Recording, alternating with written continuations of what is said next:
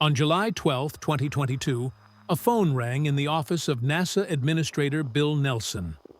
On the other end of the line was the lead astrophysicist of the James Webb Project. The scientist's voice was trembling. He wasn't reporting a success. He wasn't offering congratulations on the launch. He asked a single question that sends shivers down your spine. What have we done? Hours earlier, when the first data packets from the telescope, located 1 million miles from Earth, were decoded and turned into images, silence fell over mission control. It wasn't the silence of triumph. It was the silence of horror. People looked at the monitors and saw things that shouldn't have been there.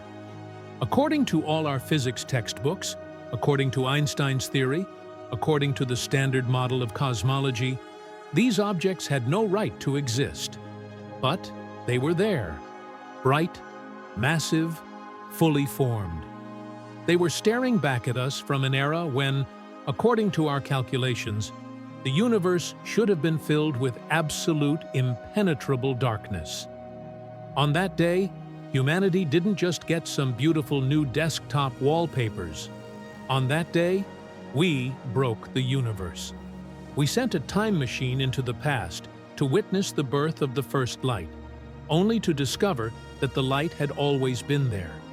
The data coming from the James Webb Space Telescope right now is forcing Nobel laureates to rewrite their theories. We have encountered a paradox that could mean one of two things.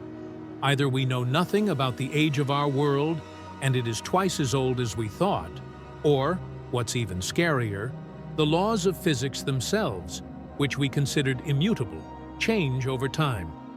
Today, we are going to break down this cosmic detective story.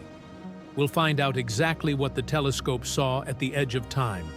Why do scientists call these objects universe breakers? We'll learn why the Big Bang, perhaps, never happened in the way we were taught in school. And most importantly, we will stare into the abyss of the question. If our model of the world is wrong, then where do we actually live? In a cyclical universe that dies and is reborn forever, or in a giant simulation that simply hasn't had time to render the textures of deep space? Brace yourselves. What you are about to hear in the next 40 minutes might forever change the way you look at the night sky. To understand the scale of the catastrophe modern science is facing, we need to rewind time. Not by a year or two, but by 13.8 billion years. That figure, 13.8 billion years, was, until recently, considered the holy grail of cosmology. It is the age of our universe, the starting point, the moment when everything, space, time, matter, and energy, was born from an infinitely dense and hot point, the singularity. We call it the Big Bang. But don't think of it like exploding dynamite. It was an expansion of space itself. Imagine a balloon being inflated. The dots on its surface move away from each other, not because they are crawling, but because the rubber between them is expanding. That is how our universe began to grow. For the first few 100,000 years, the universe was like a thick, scorching soup of elementary particles. It was opaque. Light couldn't break through this fog. But then, 380,000 years after the beginning, a miracle happened. The universe cooled down enough for the first hydrogen atoms to form. The fog lifted, and light broke free. We still see this first light today. It's the cosmic microwave background, that famous baby photo of the universe that has earned scientists multiple Nobel Prizes. And then, according to our theory, came the Dark Ages. This is a very important term. Remember it, the Dark Ages. This was an era lasting hundreds of millions of years when there was nothing in space but cold hydrogen and helium. No stars, no galaxies. Absolute, dead, black silence. Gravity needed a colossal amount of time to pull these light clouds of gas into clumps, compress them, and ignite the first stars. Scientists built models on supercomputers. They calculated every molecule, and all the models agreed on one thing. The first, shy, small galaxies shouldn't have appeared any earlier than 400 or 500 million years after the Big Bang, and they should have been tiny, irregular in shape, dim blobs just starting to gather matter. They were infants.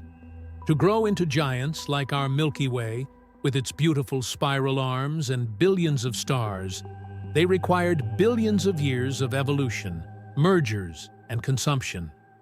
That's what we thought. That's what was written in all the textbooks. We were sure of this scenario. We had the Hubble Space Telescope, which saw into space up to a certain limit, and everything it saw fit into this theory.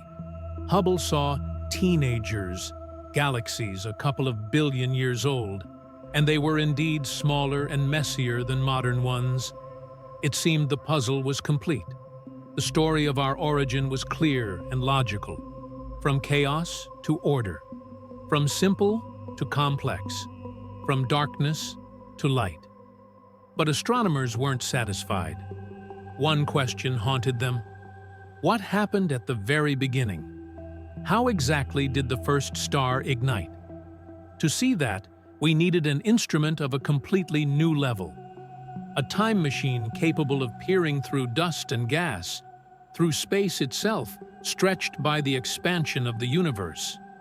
We needed an infrared eye. Why infrared? Here we have to recall the Doppler effect. You've all heard how the sound of an ambulance siren changes as it passes you. When the car is coming toward you, the pitch is high. When it goes away, the sound becomes low and bass-heavy. The same thing happens with light.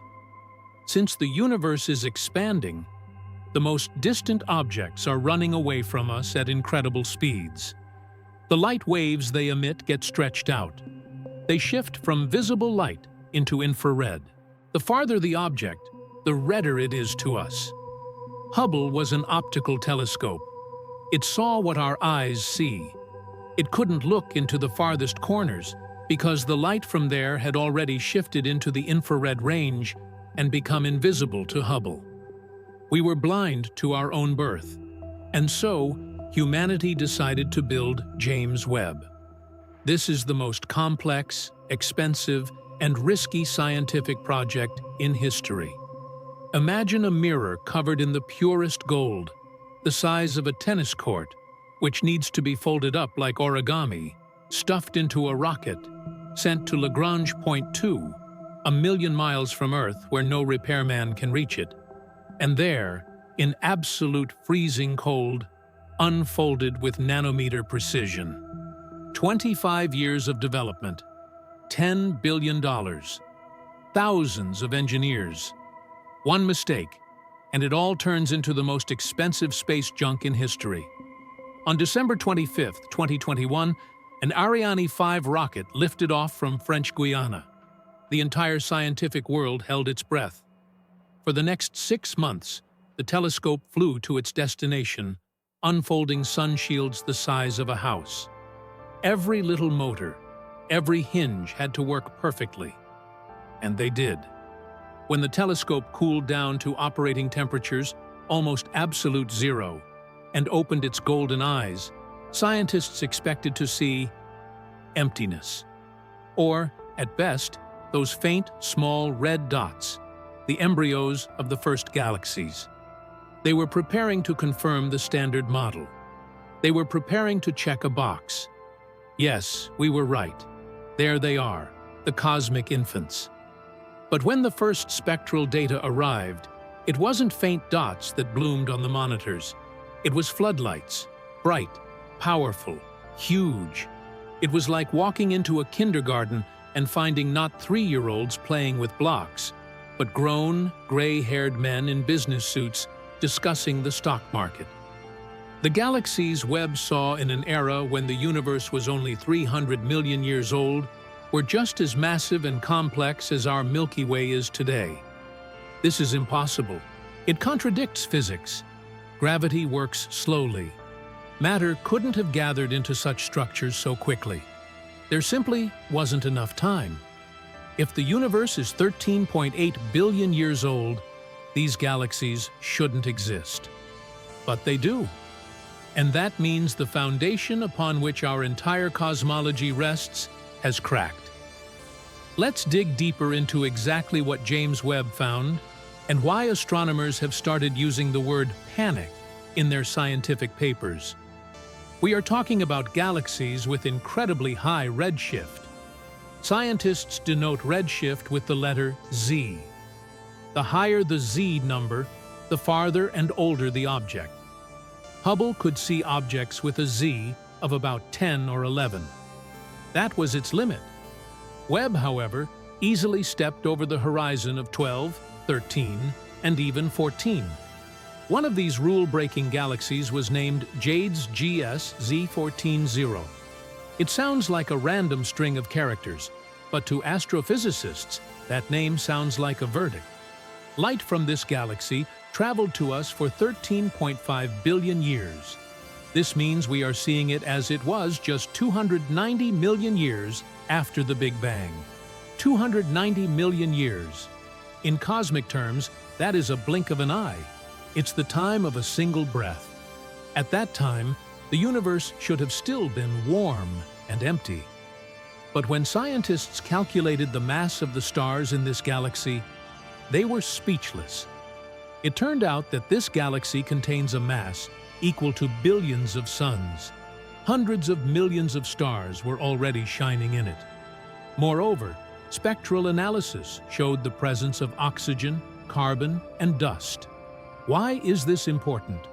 Because after the Big Bang, the universe contained only hydrogen and helium. Heavy elements like carbon and oxygen are born only in the cores of stars. Stars have to live their lives, burn their fuel, and explode as supernovae to scatter these elements across space. This cycle takes millions, sometimes billions of years. The presence of large amounts of dust and heavy elements in a galaxy that is only 300 million years old is a paradox. It's like finding a fully charged modern iPhone in an ancient pharaoh's tomb. How did it get there? Where did the generations of stars come from that had time to be born, die, and pollute space with dust if there was physically no time for it? At first, of course, scientists thought it was a calibration error. Maybe the telescope is lying? Maybe we are interpreting the redshift wrong? In science, it is customary to doubt. A group of researchers led by Alison Kirkpatrick, whom the press dubbed the astronomer who broke the universe, checked the data again and again. They tried to find a mistake. They prayed to find a mistake, because the alternative was too terrifying. But there was no mistake. Spectroscopy, the most reliable method in astronomy, confirmed the distance and composition. Then came the second hypothesis, an attempt to save the standard model. Scientists suggested maybe the first stars were different. We know modern stars, population 1. There are old stars, population 2. Theoretically, there should be the very first stars, population 3. These are hypothetical monsters consisting only of hydrogen and helium. They could have been hundreds of times more massive than the Sun, lived very brightly, and died very quickly, in just a couple of millions of years. If early galaxies consisted of such monster stars, they could have produced heavy elements faster. That would be a neat explanation. But even assuming the existence of such stars, the math still doesn't add up. Even if stars were born and died at breakneck speed, gravity still needs time to pull gas into clumps. Gas doesn't fall into the center of a galaxy instantly. It heats up, creating pressure that pushes new matter away. It's a self-regulating process. Star formation is a slow process. The galaxies found by Webb are turning gas into stars at a rate that is theoretically impossible. They seem to violate the Eddington limit, the luminosity limit at which the radiation pressure of a star tears the star itself apart. These early galaxies were too efficient, too perfect. They didn't behave like chaotic embryos. They behaved like well-tuned machines. And here we come to the so-called impossible early galaxy problem. Imagine you walk into a hospital maternity ward. You expect to see babies weighing 7 or 8 pounds, but instead, in every second crib lies a 180-pound teenager. You ask the doctor, "How is this possible?" And the doctor replies, "Well, maybe they just ate really fast." It sounds stupid, but that is exactly the situation cosmologists are in. Mike Boylan-Colchin, a theorist at the University of Texas, ran the calculations and stated, "If this data is true, we are in uncharted territory. Either we don't understand how galaxies form, or we don't understand cosmology itself." And this is where the real detective story begins. To explain the existence of these giants, we need to introduce something new into the equation, something that accelerates growth, something dark and heavy. And this brings us to one of the most ominous mysteries of the cosmos: primordial black holes. We are used to thinking that black holes form when a massive star dies. The star collapses, and a hole appears. But what if black holes appeared before stars? What if in the first seconds after the Big Bang, when energy density was off the charts, some pockets of space collapsed in on themselves, spawning millions of black holes even before the first hydrogen atom lit up?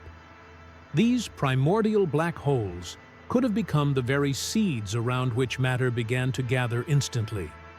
They could have worked like giant vacuum cleaners, sucking in gas and accelerating galaxy formation thousands of times over. This would explain why early galaxies are so heavy and bright. In their centers sit not just black holes, but ancient monsters born in the chaos of the Big Bang. James Webb is finding more and more evidence for this. It sees quasars, active galactic nuclei, shining with the brightness of trillions of suns at a time when the universe was still an infant. The black holes in these quasars have a mass of 1 billion solar masses. How could a black hole gain 1 billion masses in 300 million years? It has a feeding limit. It cannot eat faster than a certain speed. To grow that big, it must have either eaten continuously since the creation of the world, or it was already born big. This is a frightening thought.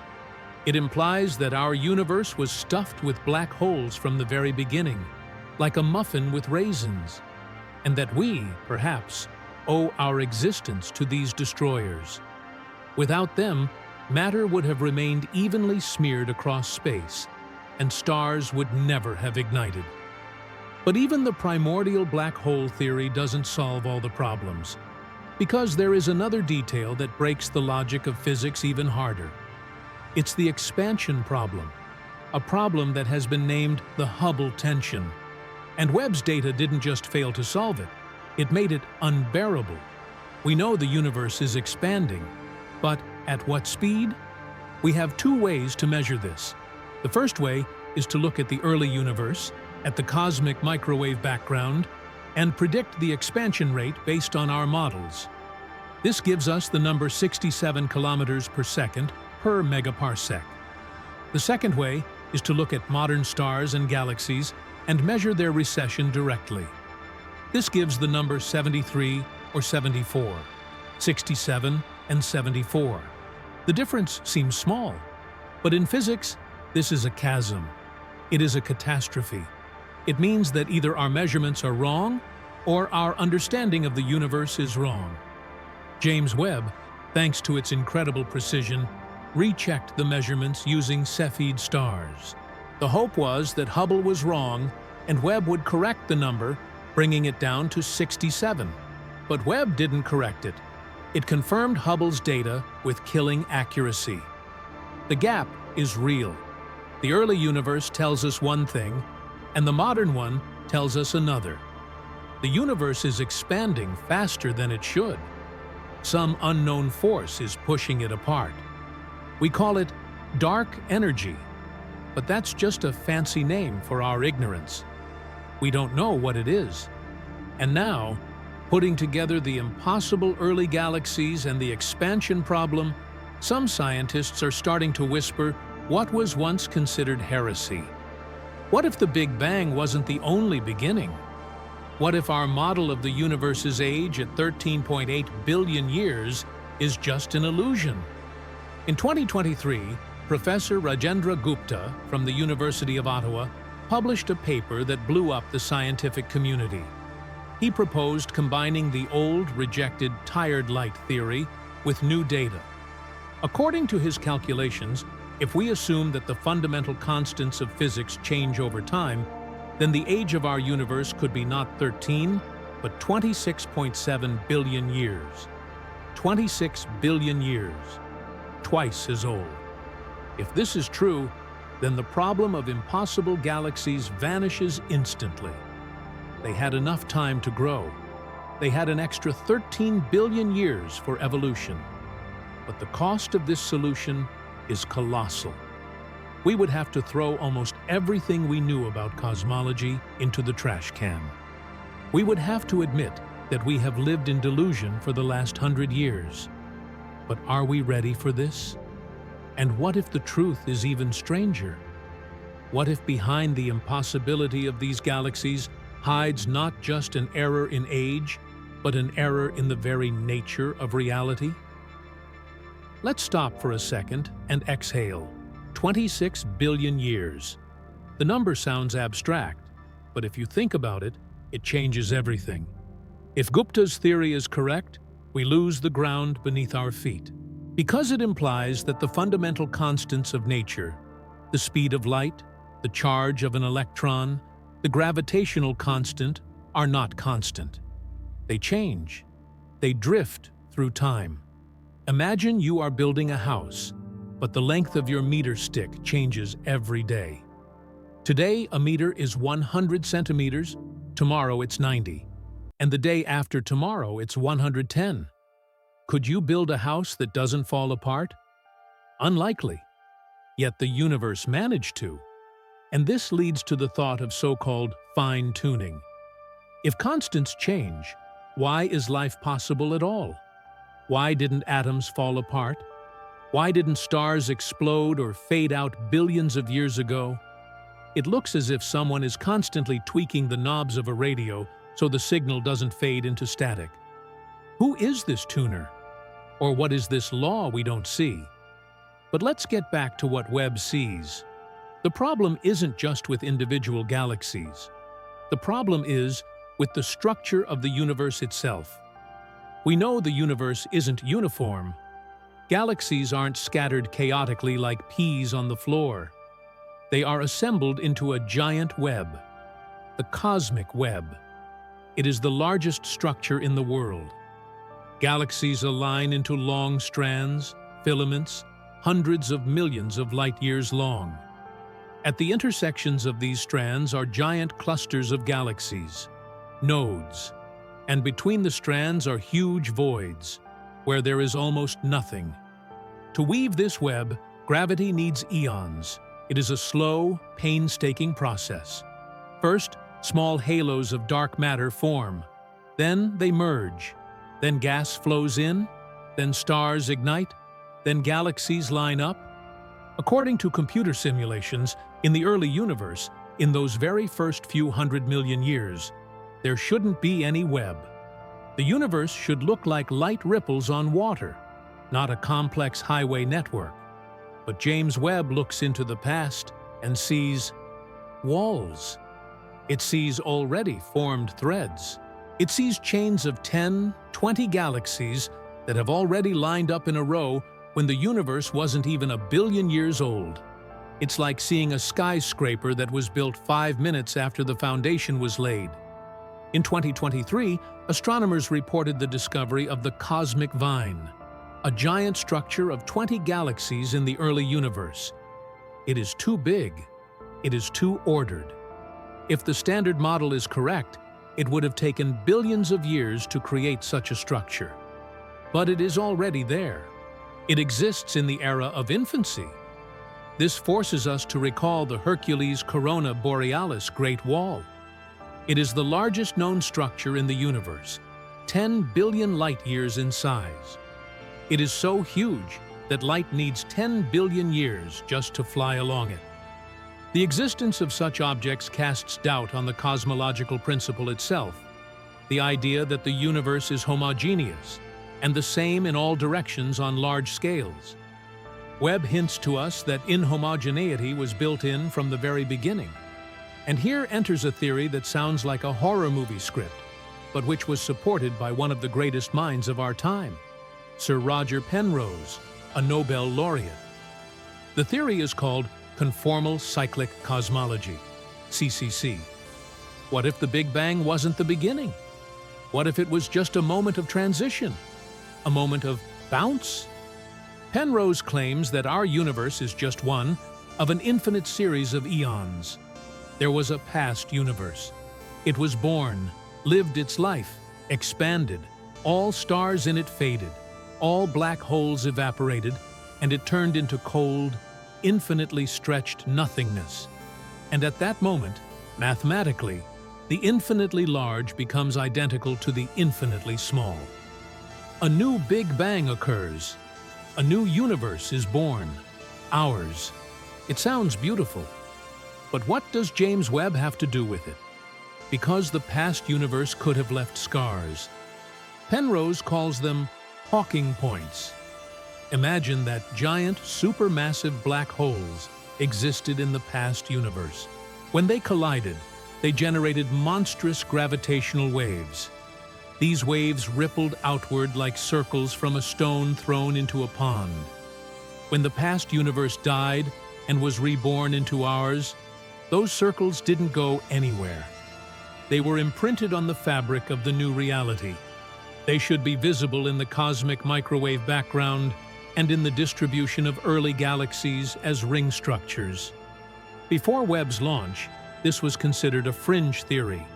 But those very impossible early galaxies found by the telescope, their strange clustering, their monstrous mass, all this could be explained by the fact that they didn't form from scratch.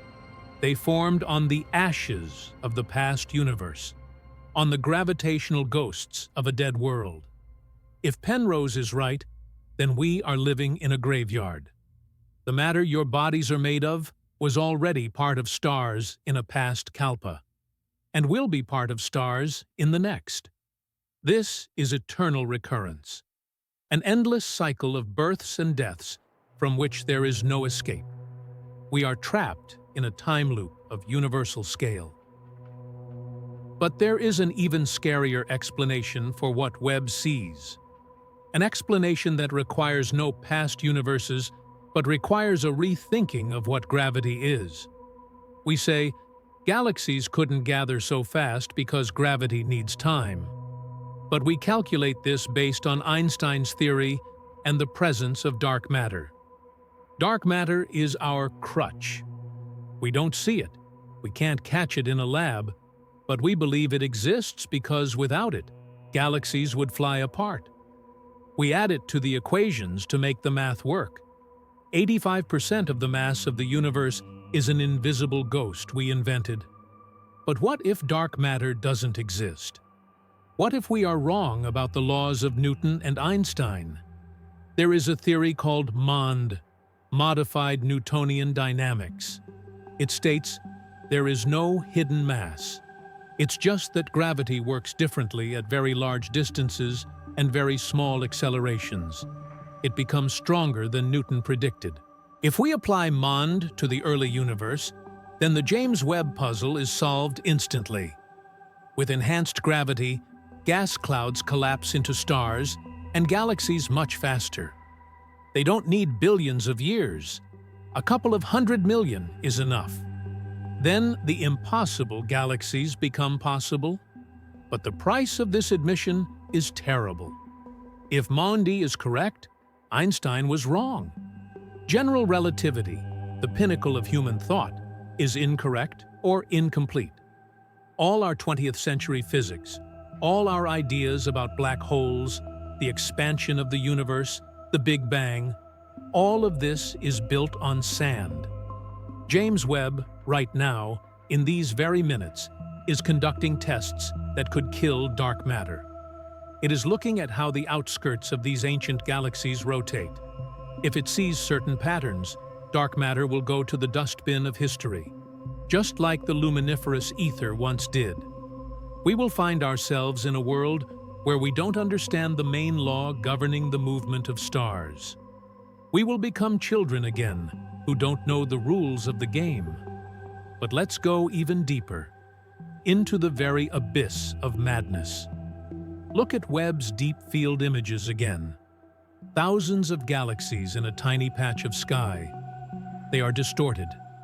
They are stretched into arcs. This is gravitational lensing. Space works like a lens, bending light. But what if space itself is not what it seems? Among theoretical physicists, the holographic principle is gaining popularity. The idea is that our three-dimensional universe is just a projection, a hologram recorded on a two-dimensional surface. Imagine a can of soda. All the information about the drink, ingredients, calories, brand, is written on the label, on the surface of the can. But the drink inside is 3D. According to the holographic principle, all information about our universe is recorded on its boundary, on the event horizon. And we, our volume, our stars and galaxies, are just a projection of this information inward. If this is so, then the anomalies Webb sees are dead pixels. They are coding errors. When we look too far into the past, we are looking at the edge of the hard drive. And there, information might be compressed, distorted, or not yet unpacked. Those galaxies that seem impossible to us are projection artifacts. In 2022, a paper was published suggesting that the universe might be a neural network, that the very structure of the cosmic web, these filaments and nodes, suspiciously resembles the structure of the human brain or the structure of the internet. It learns, it evolves. Early galaxies appeared so quickly because the network optimized the structure creation process. It learned to create stars faster than random processes allow. Who is the programmer? Or is it a self-learning system that emerged from chaos? The question remains open. And finally, the most exotic theory linking James Webb and black holes. There is a hypothesis of cosmological natural selection. It states that our universe is inside a black hole. A black hole in another, Mother Universe consumed matter. This matter fell into a singularity and perhaps blew out the other side, spawning a Big Bang and our universe. Every black hole in our world is a seed for a new universe. Why are physical constants exactly the way they are? Why is the speed of light 300,000 kilometers per second? Because these parameters were inherited from the parent, but with a slight mutation: evolution of universes. The universes that survive are those that create the most black holes, that is, are capable of reproduction. James Webb sees that early galaxies are literally teeming with black holes. There are more of them than there should be. They are too massive. This fits perfectly into the theory. Our universe is a black hole manufacturing machine. It is designed for this. And these ancient monsters we see at the edge of time are the umbilical cord connecting us to the place we came from. We live inside the event horizon of someone else's monster. And when we look at the edge of our universe, we see the walls of our prison. We started with the statement that James Webb broke the universe. And that isn't clickbait. In a couple of years of operation, this telescope has destroyed the confidence we have been accumulating for decades. The standard model is bursting at the seams.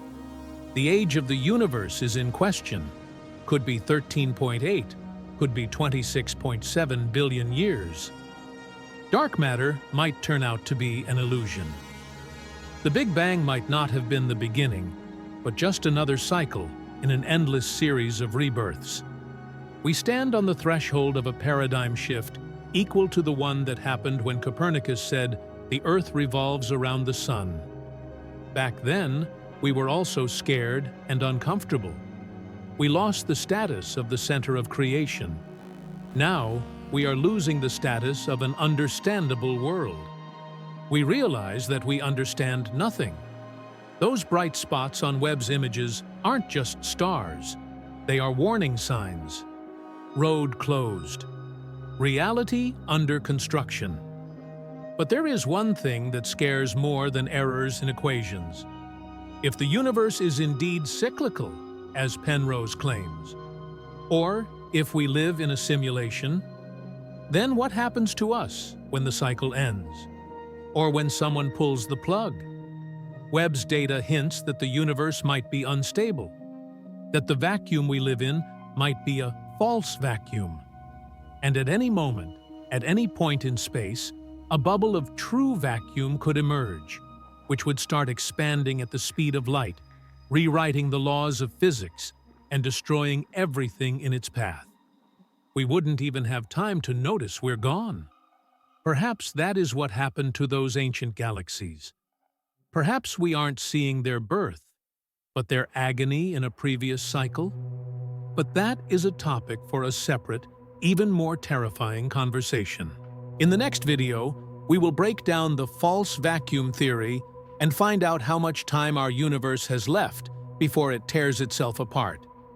If you want to sleep soundly, don't hit the notification bell. But if you want to know the truth, subscribe. James Webb keeps looking into the darkness, and the darkness is starting to look back.